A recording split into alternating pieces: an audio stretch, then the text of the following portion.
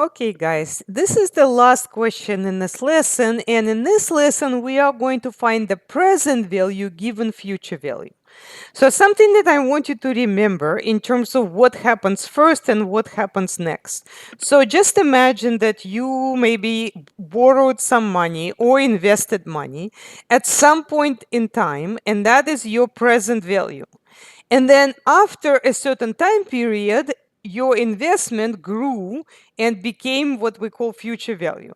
Same thing with the loan. You can borrow some money first, and then after a certain amount of time passes, you have to repay.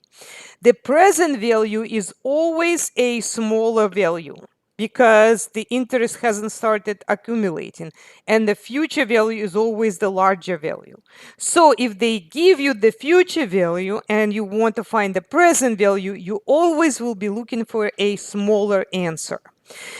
Now, how do we do that? Well, we're going to have to compute something called interest factor. So just bear with me. All right. The first thing you do to compute this interest factor is you take your rate and divide it by 100. So 5 divided by 100, that's 0.05.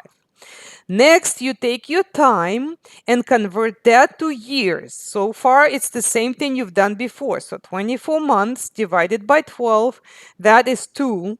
All right. Next, you are just basically substituting everything into the investment or interest factor, which is 1 plus RT. So 1 plus the rate is 0.05, and then T when multiplying by 2. Now you can also use parentheses around 2, and that is what's called the interest factor, okay?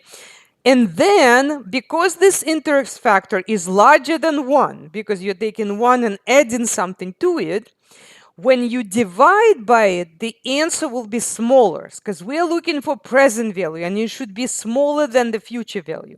So take 11,000 divided by the interest factor, and you can see that you get a smaller answer. So 10,000 is the present value.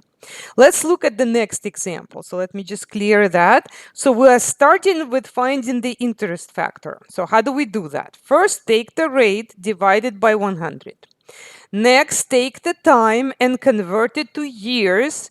In this case, the time is in days. So 130 days, we're going to divide it by what? Now, we are using the banker's rule, which means that we are using the 360 days in a year. Now, it looks like a fraction because the decimal repeats. So let's click on the fraction conversion, and that's 13 out of 36. And then we want to substitute that into the interest factor. So we're going to do 1 plus the rate, and then we multiply that. We could put that in parentheses by whatever is our time. So 13 over 36.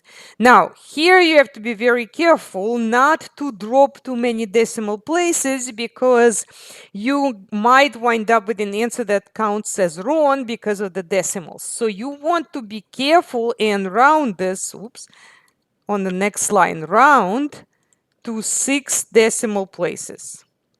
Okay, and then you can just copy paste that here. Okay, and finally for the present value, so please put that on your note card. To find the present value, you take the future value and divide it by the interest factor to get a smaller answer. Because remember, present value is always smaller than the future value. Okay, and so now we want to round this to 2 decimal places. Okay, let's copy paste that here. As you can see, the answer is smaller, so that makes sense. Okay, final question. Take the rate 4.5%, divide by 100.